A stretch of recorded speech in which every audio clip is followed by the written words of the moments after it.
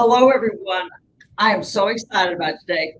So I'm Debbie Saviano, and I'm here with Jaco Booyens, who I'm thrilled to have. Will share some information with us that I think is going to be extremely enlightening and insightful and educational. So we're here at Jaco Studios, and Tammy, come over here and say hi because I want people to know Tammy's going to be doing the chat.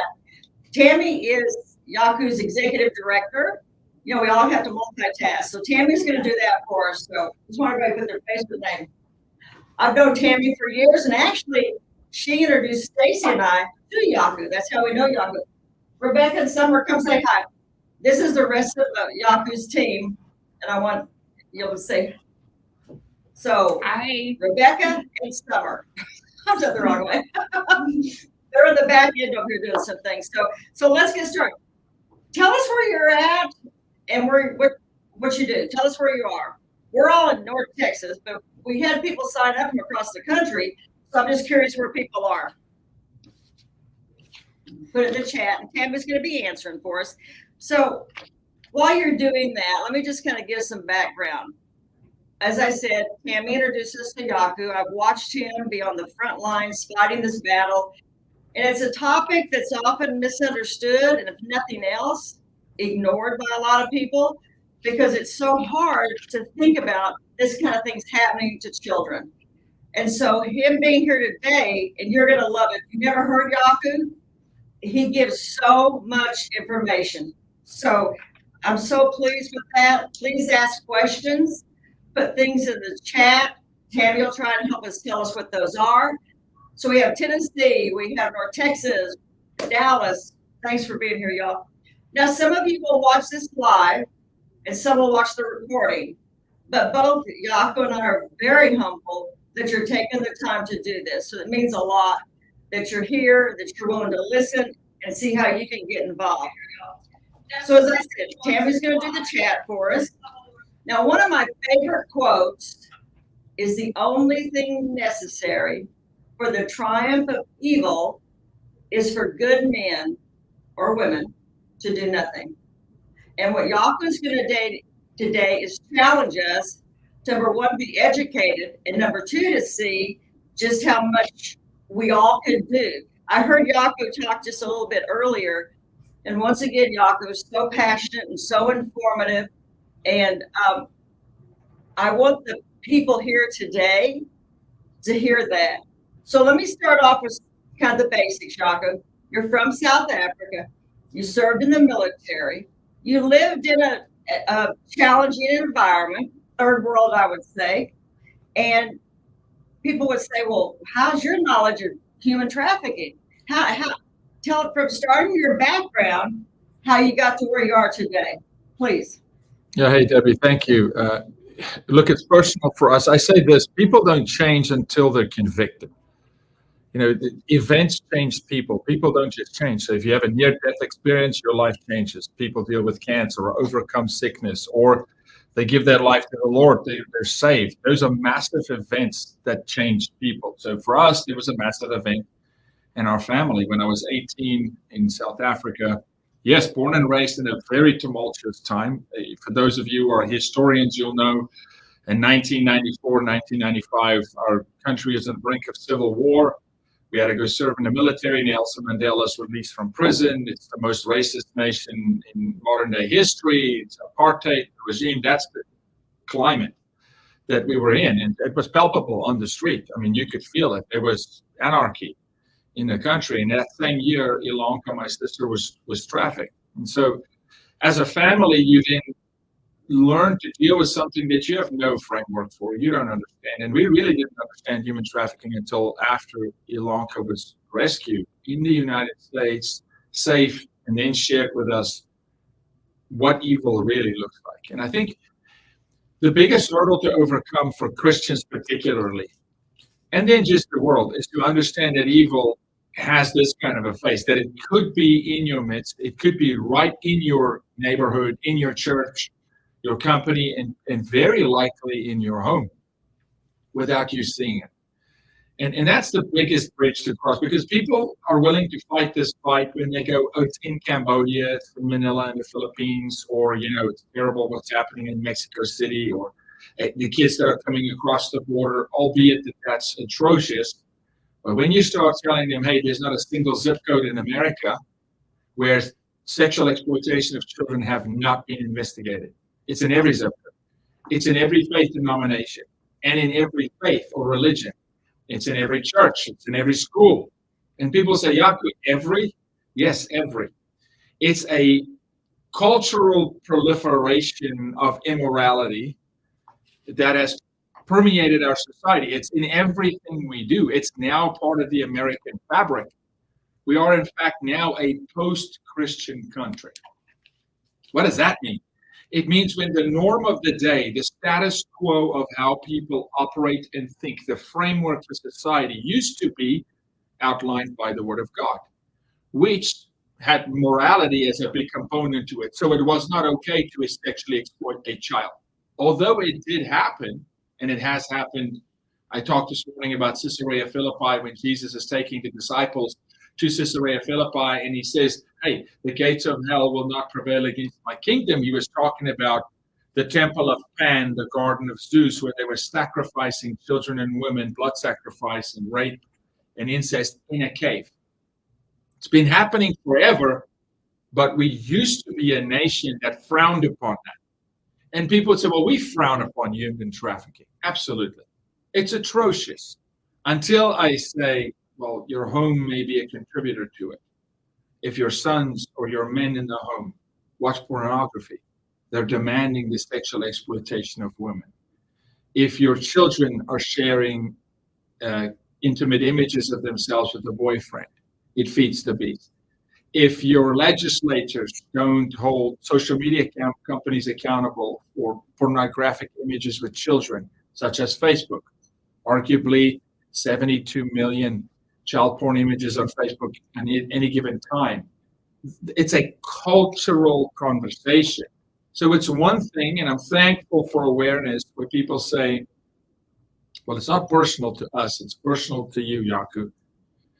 And in that process of Ilonka being rescued, and I was so humbled to be there for the final rescue, and she talks about it in the film Sex Nation. Her testimony is riveting. People should watch it. You'll be convicted. It's life-changing when you listen to Ilonka's testimony, as shared by her. I heard God speak in the process to me and just said, not another one. So we at this organization, we do it for one.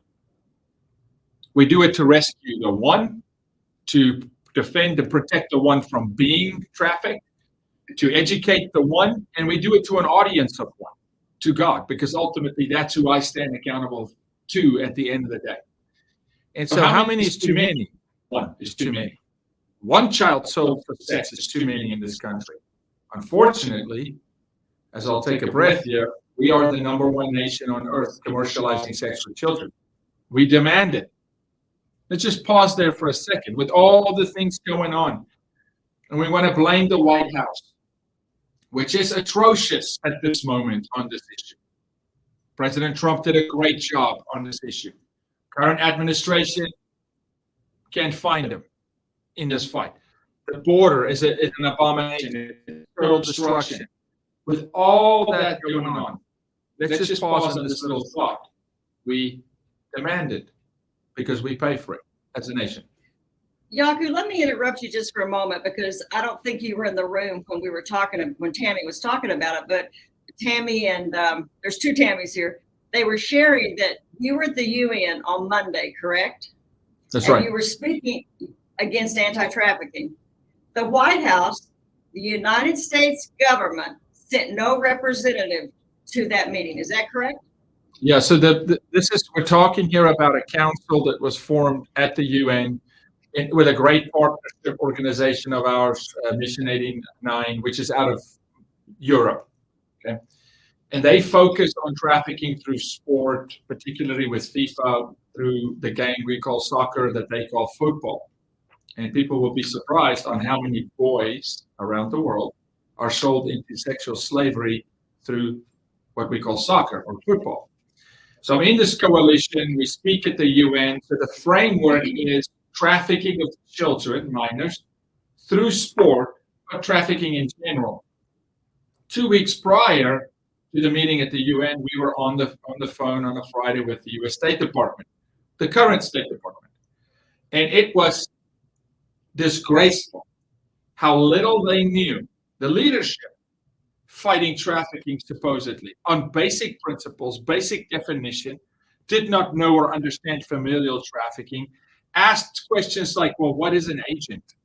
When we talk about sports agents trafficking children, I mean, it was a disgrace. It was embarrassing, frankly, because we had about 14 countries represented on that call, and they all text me in the call going, can this be real? Well, the U.S. administration last Monday at the UN had no representatives in the anti-trafficking coalition meeting of hundreds of nations talking about this. I mean, FIFA was represented. We have the tech industries represented. We had people that flew in from Nigeria, from Kenya, dignitaries, statesmen, congressmen and senators from their countries, leadership from the British Parliament. And we're in New York City, sitting at the UN, and we do not have representation from the current administration in the room. That speaks volumes, Debbie. That's horrific. That's terrible. How you talk about the sports, talk a little bit about the technology. I mean, I love social digital space. There's a light, like what we're doing today is a light, as Tammy said earlier, shining on that.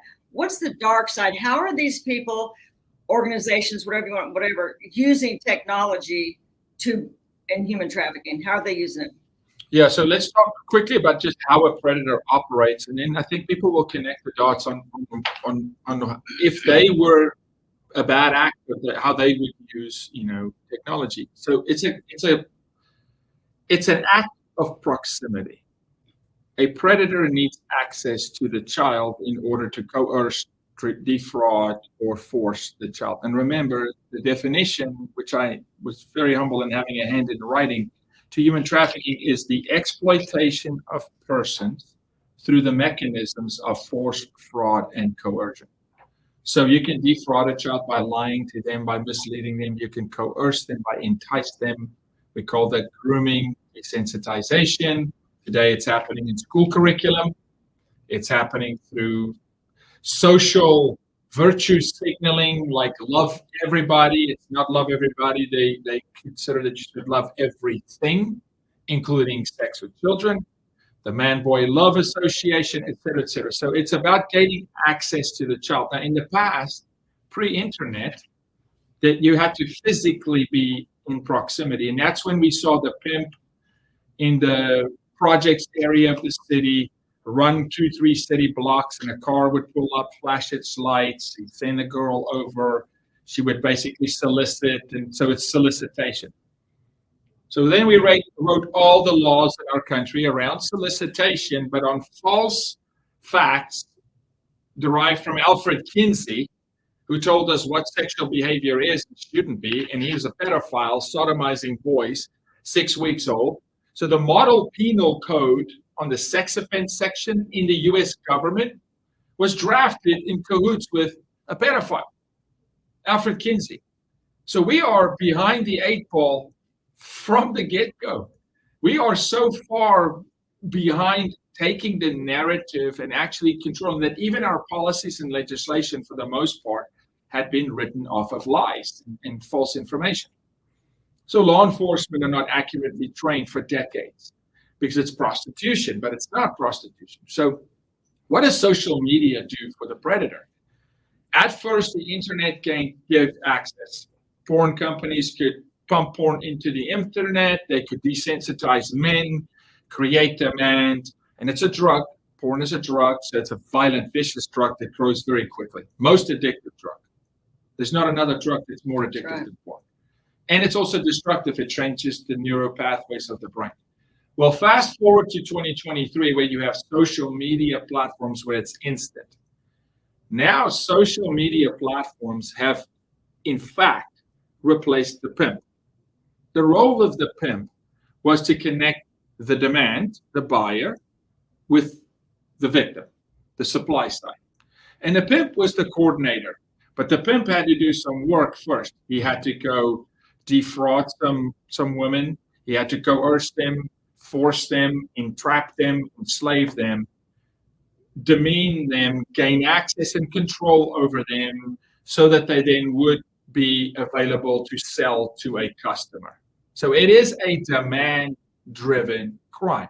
Like anything in life, supply meets demand.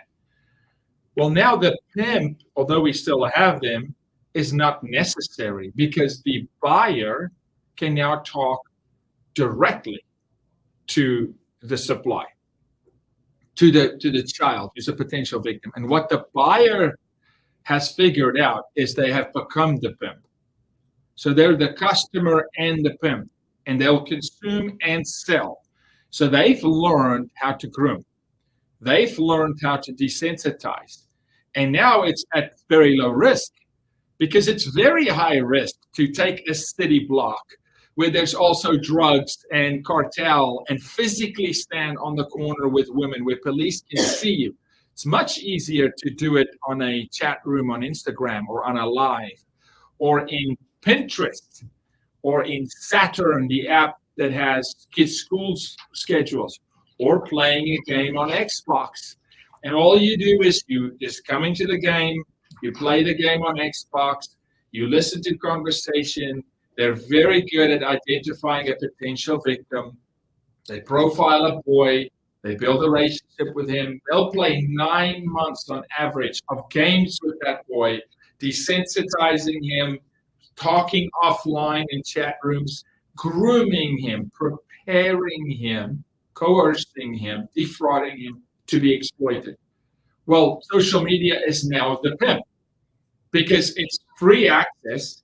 Well, then we would say, okay, well, what's government doing about this? Remember, when Section 230 was written federally, and this is for those who don't know, this is a statute, a federal statute, a law to protect social media. There was no social media. Facebook was first. So Section 230 was really drafted for Facebook. Facebook said, hey, we're just a platform. We don't make the content. We don't control it. And we're not the publisher. Okay, so you can't hold us accountable if someone comes onto Facebook and commits a crime. You can't punish Facebook. So they wrote a code called Section 230. But the key was, we're not a publisher, we're not commentary, and we don't shape the conversation. We're not a facilitator. We're just an empty shell of a warehouse that you can come in and you can talk and sell and do things, right? But that changed. Facebook is a publisher. They do shape conversation. They do willingly see people be abused, and they pick and choose winners or losers. They pick who to silence and who not to silence. They pick political candidates to push. They see child porn and look past it, and they see someone speaking truth biblically and they cancel them, right? So they are operating outside of the framework of Section 230. They should lose all their protection.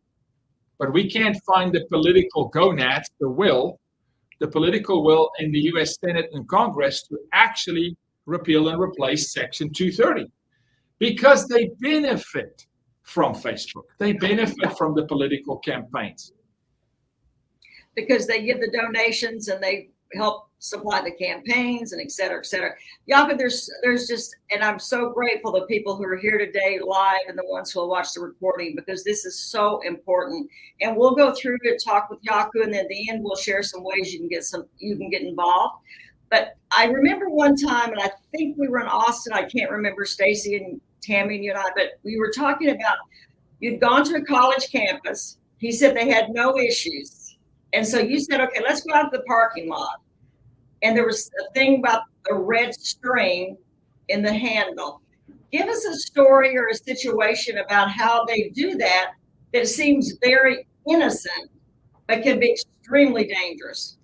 Yeah, so as we talk about social media and people being profiling on social media, so it's virtual, there's still a physical active component, right? We know, for instance, that big box retail parking lot is a canvas ground for predators.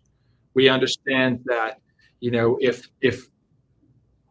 if a man follows, and it's typically men, a family into a store, they're building, a profile. So for this particular case, there's two cases that were kind of blended there.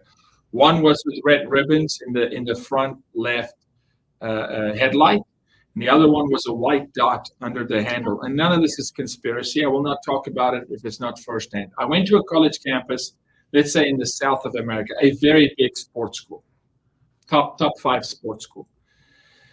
And I said, hey guys, you've got a lot of trafficking on campus. And they said, no, we don't. Jaco, this is how we got campus police. I said, okay, we want to come to campus. We want to train your freshman and sophomore students on how predators profile in person.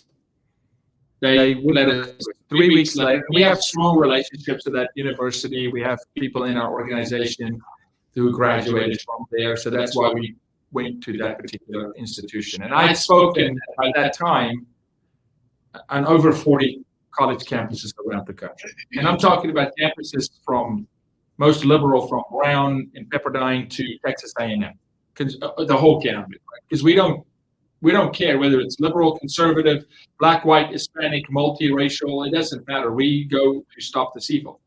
Well, 3 weeks after I spoke to this leadership body of this university, they called and said, hey, something just happened at a sorority.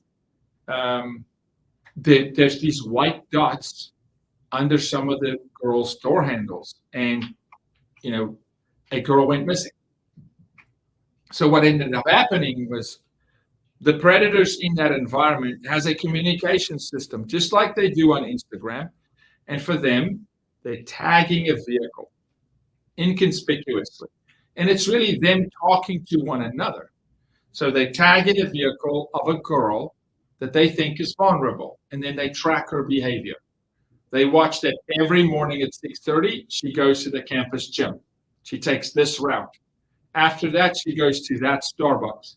From that Starbucks, she goes to this class. And they start tracking, because remember, predators are cowards. And because they're cowards, they're very patient. On average, they take 9 months to build a profile on a potential victim, to defraud a victim. And then they strike. So they were tagging multiple vehicles, tracking multiple girls, picking the softest target. And then they strike. And they did. And when that happened and they did strike, we were brought onto campus very quickly. And the kids actually got college credits for attending our seminars and our training sessions. And they had freshmen and sophomores. But that's too late, Debbie. Yeah. You can't wait until someone's exploited and someone is trafficked before you go, oh, you know what? We thought it wasn't, but it actually is real. And now it's in our. And that's why I started this in our world. I started this conversation by saying conviction. We need to get convicted about this issue before it's personal, because it will become personal to people. Right. Well, it's interesting because anyone who knows me knows I'm on social all the time, and I have granddaughters, and one in particular that I post a lot about. However, I am very cautious. We have our settings where there's never location. We never post pictures where there's names of anything that someone can identify. And I saw all these pictures of children on first days of school with the name of the school, Yep, the name of the child. And I thought, they just don't know any better. They don't know any better. Yeah. So how do we educate those parents and those families, and just that simple to the extreme of what you're talking about? Look, I don't want people to live in paranoia, because that doesn't help anybody, right? You get information. For those of you who love God, the Holy Spirit makes it make sense to you, and then you take action. Faith without works is dead. Not ineffective, is dead. It produces no fruit. So it's time to get active. It's time to actually do something with the information and the faith we have. What you're talking about is if I was to take this cell phone right now, people don't know this, and I film a video and then I post it, it literally pins my exact location and it shares it in the metadata in the video. And it's not hard to find the location, but you can turn it off. You can turn off your location, film the video, and then it has no location. So simple, Jaco. Well, what does a predator do online? It scrapes online data to find detail. Like an investigator, they are actually master investigators. Yeah. They run circles around the FBI, I would argue, at times, of gathering information, building a dossier on a child. I'll give you an example of a recent case. We'll just call her, Susie. Susie's 13. She lives in a home with two parents, both working, affluent. Money, opportunity, stuff, world experience is a non-issue. Okay? Saturated with all that. Because people also think it's only the poor, it's only the runaway, it's only the kidnapped kid. Listen. Kidnapping and sex trafficking in America equates to 2% of the crime.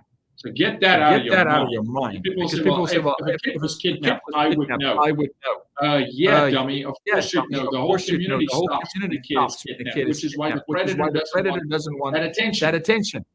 They don't want the whole community to come after them. And traffic cameras.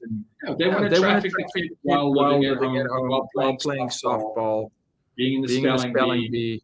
They're just also a sex worker. They're also forced to perform. Right. With their life being decimated. So Susie's 13, parents are home. Predator moves into her Instagram direct messages after profiling her for months and months.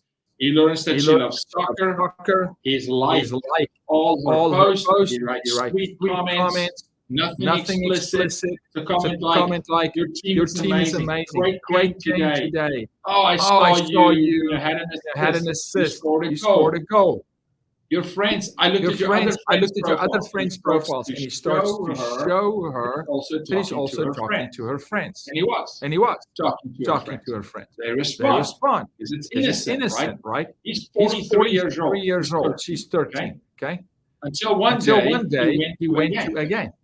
Because everything is public. He's sharing her heart at this moment. Her sister gets more attention.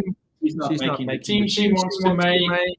And he can learn the predator that she's on the fringes of the family. And that's what a lion or a hyena or a predator does. It doesn't run into the middle of the zebra pack and takes down the zebra in the middle. It waits. The weak, it waits for the one that's on the fringes. It waits for the one for some reason. A little bit slower, or a little bit different. And it takes its isolation, right? But it profiles.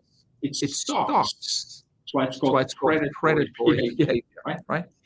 Well, Susie gets an Instagram PM one day, and it is a selfie of the guy taking a selfie of himself with her in the background.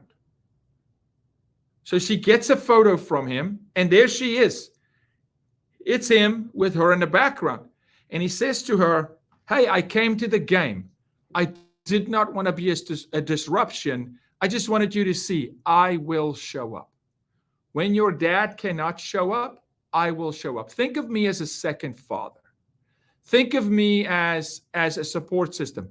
Then he goes on for 2 months and he tells her that her dad does a good job. He works really hard. He actually educates her on what her dad's job is, how important his job is, that she should go easy on her dad, that she shouldn't expect more of him, but think of him as a support. He helps fathers, like he helps dads. What is he doing? He's earning her trust. What actually happened is she started responding to him as if he was a second father. She started to confide her heart in him. And then one day he exploited himself. He sends her a naked image of himself. And something happens when you do that. The child immediately wears shame, condemnation, guilt, and she protects the secret. Doesn't expose it. She's like, oh dear, I've been talking to this guy for 9 months. There's pictures of me and him. He's talking to all my friends. So he sends her a naked image and he says, hey, you're the only one I'm sending this to because I trust you. I want to show you how much I trust you. Because I trust you, I'll exploit myself. He even told her in a text, do you know that I could go to jail for this? But you won't do that because you know I'm here for the right reason. Now she's wearing this weight of guilt, this secret that she didn't ask for. She's done nothing wrong, but she's wearing it. 2 months later, he asks her for a picture. And if she doesn't share a picture, he will disseminate his picture with her and his naked screenshots on her feed to all her friends, to her parents. He tells her she'll lose her position on the team. Now he's forcing her. He went from defrauding her to coercing her to forcing her. She sends a nude image of herself, and it was over. The next step was meet me in person or I expose you. And then she gets trafficked while living at home. You will show up Friday afternoon after school. You will reroute. You'll get off the bus. You'll come here. You'll be forced to perform sexual favor, and then you'll go home. And this is our thing. That scenario is the dominant scenario in America. It's familial trafficking, where it's either the family member or someone who has built-in trust. The coach. Why do we see so many coaches? Pastors, politicians. It's people that the child already knows, because the pimp historically had to break down the defenses, isolate the victim from community, become a life source, occupy the mind, become a loud voice to the child, and self-exploit. And at that moment, it's over. We had some echoing, so I turned my microphone to mute when you were talking, Jaco. But let me ask a question, and then I'll go back to mute. What is something parents, families, friends can look for that a child might be in this kind of situation? Are there signs or things they could be aware of?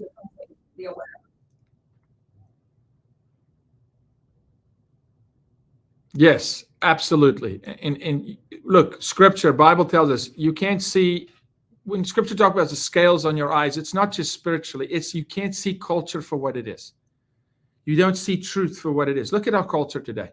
You show people exploitation, they go, well, that's someone's right. He's not a pedophile. He's a minor attracted person. It's just he was born this way. No, it's a mental illness. It's a sickness. It is demonic. It's oppression and possession. So parents can look at behavior. You know, Debbie, when the bullying craze happened, right? The anti-bullying campaigns and the anti-bullying movement, I was upset at times because a lot of what they classified as bullying was actually children who were sexually abused at home, going to school, taking power back. And yes, it results in the form of bullying, but it's actually a child that's being exploited. But nobody stopped and said, well, hold on. Johnny, who's now exploiting or bullying this kid at school, could we maybe look and see if Johnny is maybe a trafficking victim, if Johnny's exploited, if there is sexual abuse at home? Conversation wasn't had. The bully is bad. Get the bully. Versus the notion and understanding that hurt people hurt people. It's not human nature to go and do some of these things. It happens to people. They adopt it as a lifestyle, and they go, if it happened to me, I'm going to get vengeance. I'm going to take power back. Or so many women that go through a rape accept that, well, this is love. This is my worth. So now they allow men to abuse them. This is why you see so many women to return to an abuser. Defend the abuser in court, saying, Judge, it wasn't him. It was really me. I made him do it. No. That's diabolical thinking. So parents can pay attention to behavioral change. Now, it gets complicated because you go from the terrible 2s to 3, and then you go through 8, 9, 10, and then the teenage years through puberty. And there's normal cycles of life, but those things are, for the most part, self-evident. It's the odd little nuance and the difference in, okay, the kid goes from being a preteen to a teenager, and all of a sudden her peer group is changing. Her friendship circle is changing. You need to ask questions, lots of questions, parents. And some of your questions should include pornography, sexual, coercion, who are you talking online, whose voice do you trust? We have to, when we see behavioral change in the peer group, clothing is a clear indicator. People are what they wear. You've heard a man is the shoes he walks in, right? People show you who they are. So if a guy is super intentional, not always, but for the most part, of just being super buttoned up, he wants society to see him that way. Is he masking something? Is it authentic? You know, the craze of very wealthy people dressing like slobs. There's a reason for it. It's not just they're saying something with their clothing. So when a child changes clothing style, not on a craze because they're a Swiftie and they follow Taylor Swift and all of a sudden they want her hairstyle or they want Jennifer Aniston's haircut. They're changing their behavior and their choices. You need to stop and ask questions. Language, phrases, friendship circles, coming and going, likes and dislikes. When a child just randomly all of a sudden doesn't want to go to a particular restaurant, because her friends hang out there and they go there after every game, and all of a sudden, I don't want to go there anymore. Did something happen? You must ask that question. You can't just be que sera, whatever be, let it be. You have to now, as a parent, be a helicopter parent. Yes, there's a season in your child's life where you are the police. I don't care that your child doesn't like it, frankly. They'll thank you when they're 30 and they didn't need 12 years of therapy, okay?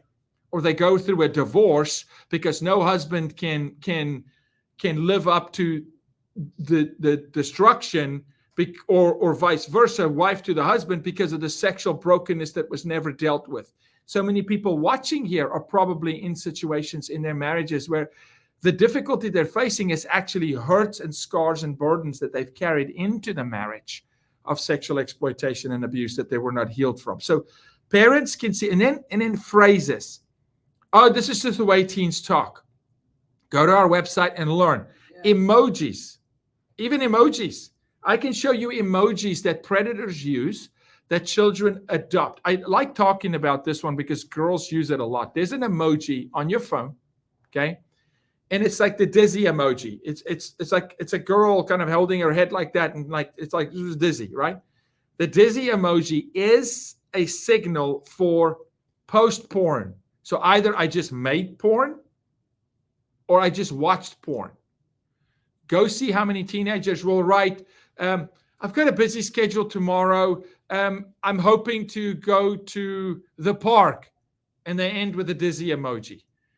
The message is innocent. The message says nothing about porn or exploitation. The emoji is a signal to the community, hey, leave this platform and meet me on 4chan or 8chan or on the porn site or on my OnlyFans page, right? I just posted porn. I just watched porn. The predator goes through the platform and goes, that child is ripe for the picking. That child is engaging in sexual conversation prematurely. What does that mean? The child's defense system and barriers are down. The predator looks at that child and says, I can engage with, that predator can then engage with that child on sexual conversation, if that makes sense. The child will not frown upon. We talk about the school curriculums. Why do we call it grooming and desensitization in school? Here's why. The predator has to take time to desensitize the child. What does that mean, Debbie? It means this. No child at 8 wants to talk about sex. No child at 8 knows sex by themselves. God has not turned their body, their clock on yet. Well, what is that on clock? Puberty. Puberty is their body turning on to start getting ready for what? Procreation.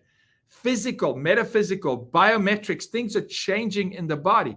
The brain produces a sex hormone. Girls start noticing boys. They think boys their age are idiots. All of you women, they like boys that are older than them, more mature. Well, the predator is saying, what if I can start that clock earlier? What if I can turn that clock on at 8? And you can never turn it off, by the way. Once it's on, it's on. So they use porn. What if the schools will turn it on for me? What if Johnny at school gets a curriculum called Comprehensive Sex Ed, and the teacher tells Johnny that he recommends that he reads the book Lawn Boy? or one of the 185 books on our website. Johnny reads Lawn Boy, and hey, after page 12, here are two boys having oral sex. Johnny now is introduced to oral sex. Bam, like that, switches on. But it's my teacher that told me to read it. Now we engage in conversation. The predator says this. He knows well, Johnny cannot read intent. As adults, we have very difficult time reading intent. What do you think they really meant when they said that? Do you think that's how they feel? Husband, wives have problems with intent. What was the real intention behind your question? A child has zero ability because reading intent comes from experience. Hey, I intended to grab the pot. It burned my hand. I'm not doing that again, right? The child doesn't have that from a sexual context. Now they give the child sexual context. Well, what are they doing? They're lowering down the defense system because the child now says, well, if Mr. Johnson at school can talk to me about Lawn Boy, why can't I talk to Mr. Steven on Instagram about sex? I mean, it's an adult, right? The child doesn't have the ability to go good adult, bad adult. That's desensitization and grooming. You're lowering the defense mechanism of the child so that now the predator is saying, this is a free-for-all. Or you take the child to drag queen story hour. Clearly a man. The child knows. The child feels like, oh, it's not a real beard. It's kind of like walking up to Santa Claus. I thought he was real, but I pulled on his beard and it kind of moved. Beards don't move. This guy sitting here in the Barnes & Noble, a lot of hair on this dude's legs, right? Desensitizing the child. What if we go further? What if the mother, Debbie, drives her child to the drag show?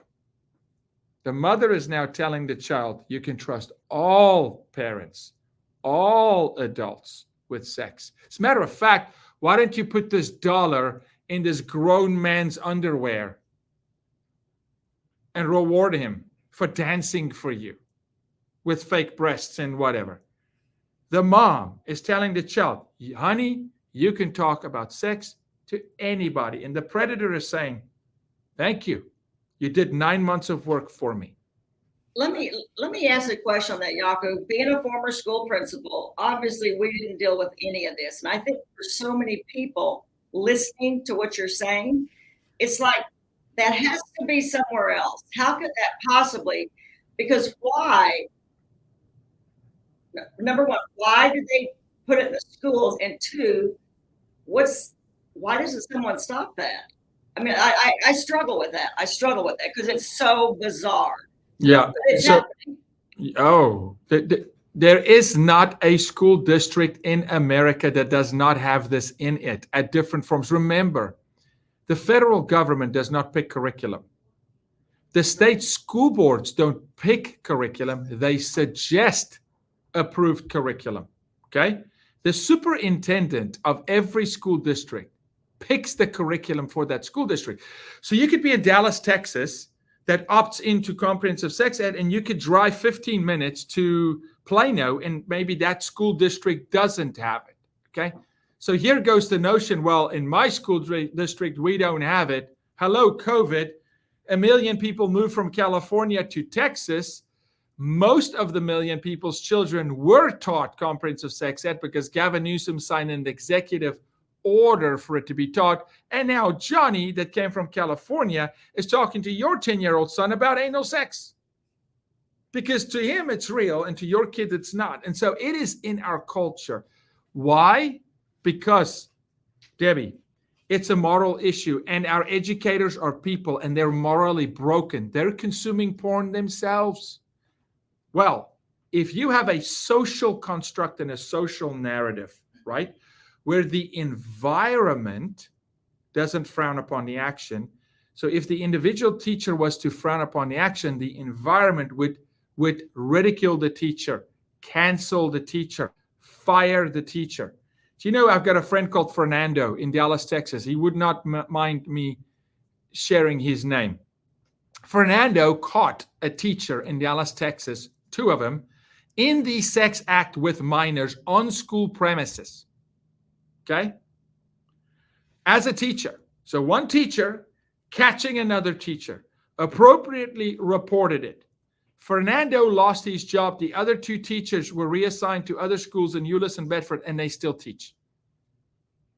This is the reality, people, because people are afraid to speak against an evil that they participate in.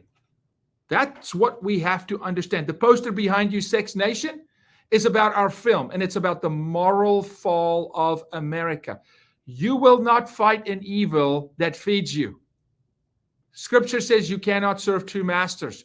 The spirit of lust, the spirit of lies and deception and evil that you're in agreement with when you consume sexually immoral content will not allow you to speak against it, right? And then social ridicule, the fear of social ridicule, the lack of conviction, the self-centered motive of Americans to say, listen, I don't care if they cancel me. I don't care what they do. I'm going to fight for this child. You're not bringing that crap into my child's school. You're not bringing gender queer into my child's school. What's perfectly normal, what happens to your body for boys and girls, lawn boy. You're not bringing that stuff in here. You're not having some drag show come dance for our graduation party in school.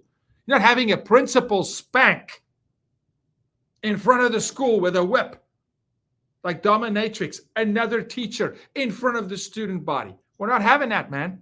We're not doing that. Why? Because we hold ourselves accountable in our families to not live an immoral lifestyle, and we don't want that on our children. So, but when you have a society that is insane enough to engage in a conversation as if it has merit to what is a woman, who can have a menstrual cycle, corporations saying tampons for men, all these things, Debbie, play into it because it creates an environment where the culture is desensitized. So therefore, the child has no defense.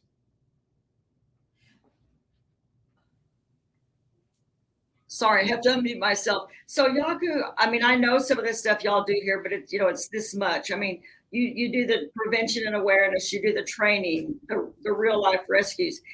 Today, when you had that meeting with so many of your volunteers and you talked about one thing, talk about that with the group, because I think that's important, because this can be overwhelming. To most people, this is like you want to run and hide in the woods. So talk about that one thing. Yeah, and it's so good that you asked that question, Debbie, because look, this is my 29th year in this fight. Many on our team are approaching a decade plus. What I have learned is what works and what doesn't work. And it's like boiling the ocean. It's like, whoa, this is overwhelming. It's school, it's litigation, it's legislators, it's politicians being arrested, pastors. How many pastors have we been involved with taking them down for child porn, sodomy with children, trafficking of children? The fastest growing form of trafficking in America is familial, where families are selling their own children. So it's just overwhelming. And this is why people want a person in the White House to just go fix it. Go fix it. Can Donald Trump just go and fix it? No, he cannot. He can have policy, but no president can make a man moral. No president's going to fix your marriage or help you with not being a porn addict. It's on us. So it's so much that my recommendation is that people listen to what I'm saying and then think to themselves, what really is their bailiwick? What fits their personality, their disposition? For someone, it may be education. That go, oh, heck no. No, children deserve an education. That mom or that dad, take the information we can share with you about education. Take that meat, learn everything you can about it from us and others, and then go fight that battle on that front. For some, it may be policy and legislation. We write policy. Tammy Rodriguez on our team is a champion in policy. We tracked 144 bills. We wrote 6 of them. Most of them passed into law protecting children. So if policy is your thing, the law, dive into that with us. And then go have that conversation in your social circles. Go educate people on that. For some, it may be, no, we need to rescue children. My heart just breaks. I can't go to bed at night thinking about, as we're speaking here right now, children are sold for sex within 4 miles of this building.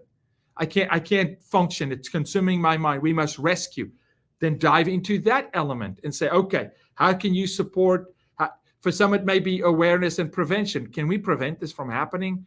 Sure. Let's go educate families, home to home. We have home meetings. We call it like town hall meetings in people's homes, where people host Sex Nation as a film, as a watch party, and we educate them and we train the moms on how to fortify and protect the children. We have a slogan that says, save a child before they need rescue.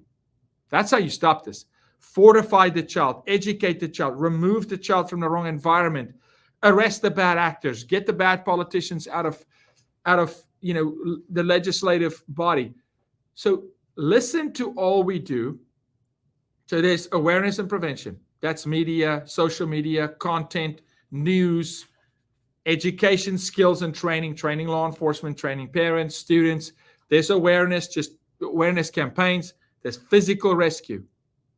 Then there's what we call stabilization, of stabilizing that child, where we need the medical community support. There's safe housing and what we call shelter care, long-term care, counselors, therapists, prayer networks, deliverance ministries, churches stepping in. You could say, well, that's my thing. It's